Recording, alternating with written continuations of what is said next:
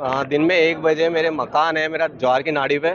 वहाँ पे मैं मकान के पास में जो है राजकुमार खेतावत, उसका मकान है। उसका 1.5 साल से काम चल रहा था मकान का, और पूरा मलबा मेरे मकान के आगे डाल रखा था। मैंने उनको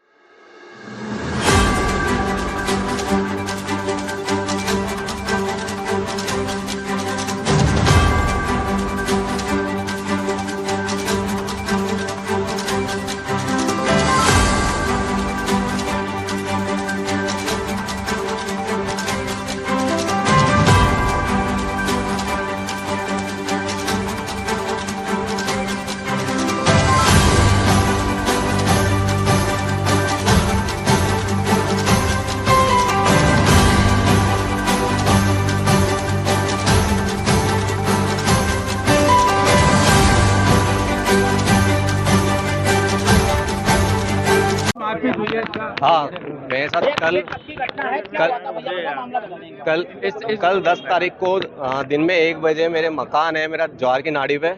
वहाँ पे मैं मकान के पास में जो है राजकुमार खेतावत, उसका मकान है। उसका 1.5 साल से काम चल रहा था मकान का, और पूरा मलबा मेरे मकान के आगे डाल रखा था।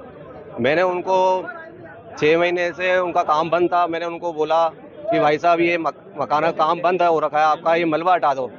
तो मलबा हटाने के लिए मैं बोला, और उन्होंने मेरे पर हाथापाई कर दी। और उनके साथ में 4-5 जने और थे, कीर्तन खेतावत, हिमांशु खेतावत, लक्ष्य खेतावत, साहित्य खेतावत, दर्शन खेतावत। इन्होंने सबने मिलके हॉकी डंडे से, लठ से मुझे मारा, मेरा हाथ तोड़ दिया है, और मेरे चोटें आई है, अंदरूनी चोटें आई है। और मेरे भाई को भी मारा, हितेश नवल। मुझे न्याय चाहिए, उनकी तुरंत गिरफ्तारी चाहिए।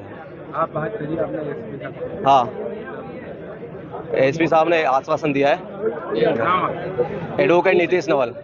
किस तरीके से मारपीट हुई है वकील के? ये नवल नाम का एडवोकेट है ये, और रामगंज क्षेत्र में इनकी खुद की संपत्ति है, और उस संपत्ति पर दूसरे जिन अभियुक्तगण हैं उन्होंने आकर उस पर कब्जा करने का प्रयास किया, उस पर मलबा डालने का प्रयास किया।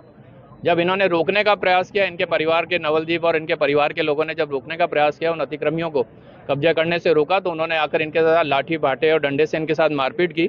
इनके बाएं हाथ में फ्रैक्चर आया और कई जगह इनके चोटें लगी है। तो ये लगातार ये दूसरा घटनाक्रम है। एक वहाँ कल एक नगरीय क्षेत्र में घटना घटी जिसमें एक राजदीप वकील साहब हैं, उनके साथ मॉब लिंचिंग हुई, सारे वहाँ के पार्षद, और उसने लोगों को भड़काकर उनके साथ मारपीट की। और उसी तुरंत घटना एक रामगंज क्षेत्र में हुई। तो इस तरह की जो घटनाएं घटित अधिवक्ताओं के साथ हो रही है, इसी बात को लेकर अधिवक्ताओं ने एडवोकेट प्रोटेक्शन एक्ट की मांग कर रखी है, जो अभी तक पारित नहीं हो पाई है। विधानसभा में जरूर पारित हो गई है, लेकिन अभी तक राष्ट्रपति से उस पर साइन नहीं हो पाया। इसके कारण ये नाजायज फायदा इस तरह के लोग उठा रहे हैं। अधिवक्ता जो कि विधि की अच्छी तरह से जानकारी होती है, उस तरह की किसी तरह की गतिविधियों में लिप्त नहीं होता, लेकिन फिर भी लोग उसके फायदा उठाकर मॉब लिंचिंग करते हैं। और उसका परिणाम यह है कि आज 2 अधिवक्ताओं के साथ मारपीट की गई है।